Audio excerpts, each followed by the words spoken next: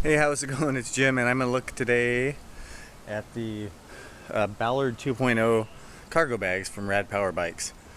My friend, who I ordered the Rad Wagon for, and I ordered the Rad City, and you get a discount if you order two bikes. She wanted these cargo bags, so I figured I'd do a quick review on them and just give you an idea what they're like. And you can hear my chicken in the background. Hopefully the wind noise isn't too bad, but let's check them out. So you can see right now they actually look pretty nice. They're made out of kind of this, it feels like a nylon material that feels waterproofed. It's fairly thick. It's got some reinforcement points where the straps attach, and it's a buckle strap, and it's a Rolltop style bag with the handle here. And you have a nice little good size generous zipper pocket here on the front.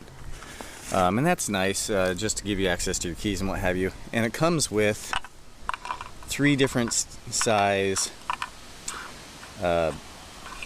plastic hooks here, and it's a 23, it does say 25 on it. I measured it at 23 millimeters, 20 millimeters, and then 15 millimeters for different size tubings.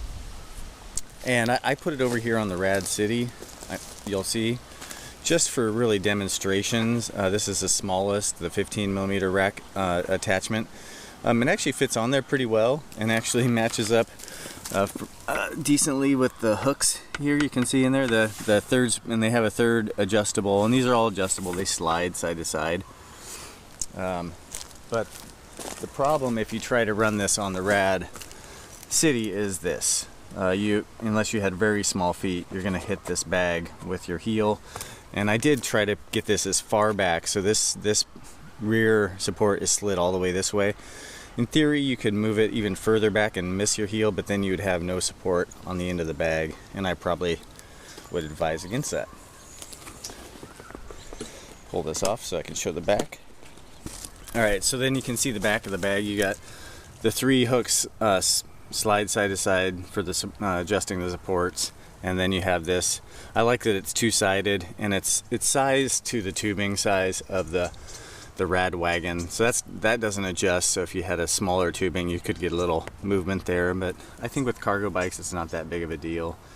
And you can see you also got the reinforcement here on the back and some reinforcement down here down low, not so much in this part of the bag. You do also have reflective patches on both sides for visibility, and the dimensions on this are approximately 6 inches deep. You can see there, about 21, I would say 21 inches wide, and that there's some stuff factor in here, so you could actually probably get a little bit wider. And then when it's kind of rolled, you get about somewhere in the neighborhood of 18 inches. I think on Rad's site, I think they say 17. So here I'm going to pull it so on the fully open state, so you could have it that open. And so at that point you would get about 22 inches of height that you could put a lot of stuff in here. I rode this on my commute all the way into work, and it seemed to be stable. I threw a lot of stuff in there, and it works pretty good, even though with these plastic hooks, I would actually prefer to see a system a little more like Extra Cycle uses, where it's a strap system. I think that could actually be a little stronger. And as I'll show you in a second, these hooks don't really give you the added benefit that they could give you, and I'll show you that right now. So one of the things with hooks is the hope would be is that you could just pull this off. Well, you can see because these hooks flex, you can't do that. So what you have to do is you have to come in, and it's a little bit tricky with the Rad Wagon. You have to release these hooks. You can see I'm having a little bit of difficulty from the bottom and pop them off that way. Once you get one free, it seems like they come off. It does pop on nicely. The one thing I've noticed, and especially you can kind of see here, it's a little bit harder to get the you can slide in that support hook on the bottom. It's a little bit difficult to get on there. Usually I have to get that on first and then this. To be perfectly honest, if I was using this bag full time, I'd probably just take that off, because when you have the cargo in here, a cargo bag doesn't move as much as like a small pannier. So I put some kind of like a mocked up like a grocery run in here, so you can kind of see how it holds stuff. So here I got basically a regular plastic grocery bag, which are not really, I didn't have any paper ones, just my reusable ones are all different sizes. And then I put a half gallon of milk and a gallon of apple juice. And then you can see this is a just standard grocery bag. I put some bubble wrap in there. I'd say without too much of a problem, you would get, you'd be able to get 2 grocery bags in there, and you could probably put some stuff on the top, and so you could get, especially with the 2 bags, you could get a lot of groceries in here. So they work pretty well for that. All right, oh, that's what I'm gonna. For form factor, I'm gonna show you against the. These are Ortlieb 20-liter back roller bags, and this bag just fell down. But just for form factor, you can kind of see it's in the neighborhood of twice. You know, it's almost twice as wide.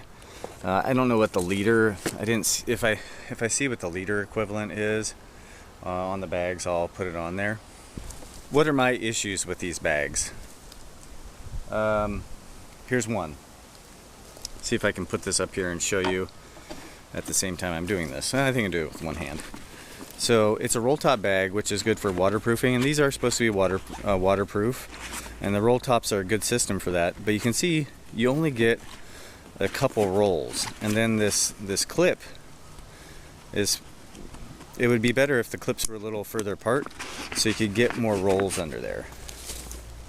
And the demonstration of that is look here on the Ortlieb bag, which they're very well known for their rollability, and look, you can get like 5 or 10, you can get a ton of rolls compared between the two bags. So I'd be a little hesitant on really depending on this strongly about waterproofing, but it does a good job giving you extra size and being able to tighten stuff down. Yeah, I guess my biggest thing is I'm not thrilled with the way these pull off and on. I wish it was a little stronger.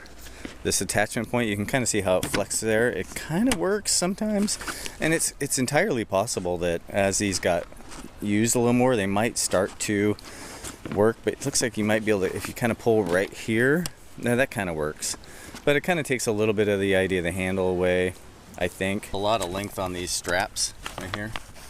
So there's a lot of length, so you can really, you can close the top with this quite open, and it does have a nice little bungee keeper, so there's some nice touches that Rad's doing. I can't fault them for it, but it seems like they're close on a lot of things. They just need a little more refinement. You got your stuff in there, and you can carry it, and it ends up being, it's a big bag, so, you know, and in theory, you know, if you went shopping, you could drop this over the side of your grocery cart, right on those tabs, and just you could shop right into it. So RadPower bikes does say that the bags are just for use for the Rad wagon or cargo bikes. So it's not surprising it doesn't really work on the Rad City. I just wanted to show that for rack diameter comparison. I think the bags look good. They seem to be pretty functional. I'll be honest, if I was looking at these, and they were what were they? It was $238 for 2 bags. So I'm having trouble doing the math right now. I think they're $169 each. I think that's right. If not, I'll change that, put that. But they're reasonably priced. If I was to buy these again, I would probably look at both Yuba and Extra Cycle's website. Extra Cycle has a nice set of bags that kind of have some multi-functionality, and price-wise, they're very close to these. So these really aren't budget bags from a cargo bag perspective. As you know, there's a lot of commuter bags that are more expensive than these. I set this up. I wanted to get the bag as far back as possible. That way you could still have a passenger. And I'll demonstrate. So you could actually still sit here and get a foot down. Can you see that? I don't know if you can see that. But so I tried to put the bag as far back. It will go a little bit further back, but it's a little funky with the attachment points. So the sliding attachments do help, and of course when you get that weight further back, it's going to be a little more wobbly. So if you're carrying a heavy load, of course you'd probably want to get that as close to the seat as you can. I forgot to point out one thing on this. When the bags are not in use, you can, hopefully you can see this pretty well there, you can fold them pretty flat.